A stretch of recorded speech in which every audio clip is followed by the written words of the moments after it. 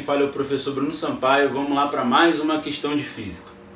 Uma partícula realizou um movimento unidimensional ao longo de um eixo OX e o comportamento da sua posição x em função do tempo t foi representado em um gráfico ilustrado na figura a seguir. Então está aqui o gráfico que representa o comportamento das posições com o passar do tempo. Analise as seguintes afirmativas referentes ao movimento realizado por essa partícula.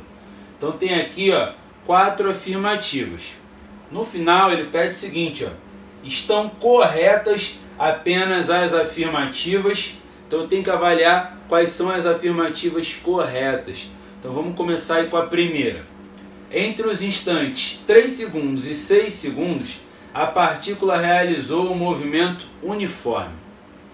Nesse intervalo aqui, de 3 a 6 segundos, é um intervalo em que o gráfico está sendo representado por uma reta horizontal.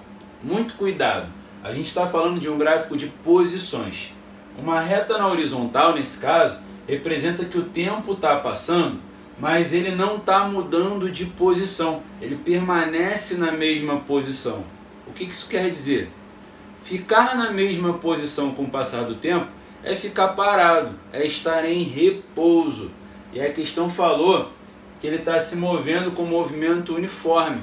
Essa primeira afirmativa ela é falsa, ela está errada. Segunda afirmativa.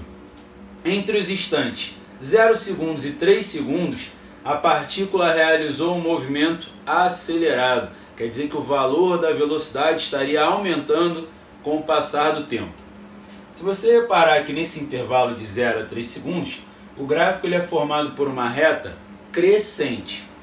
Um gráfico de posição por tempo que seja formado por uma reta, seja crescente ou decrescente, simboliza um movimento uniforme. É um movimento em que o valor da velocidade não muda com o passar do tempo. E a questão aqui afirmou que o movimento é acelerado, que a velocidade estaria aumentando o seu valor.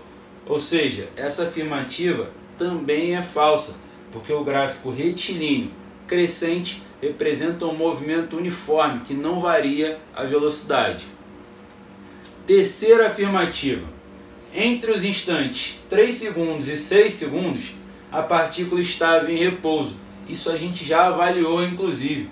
Dentro desse intervalo, o gráfico é uma reta horizontal. Representa que o tempo está passando e ele não está mudando de posição.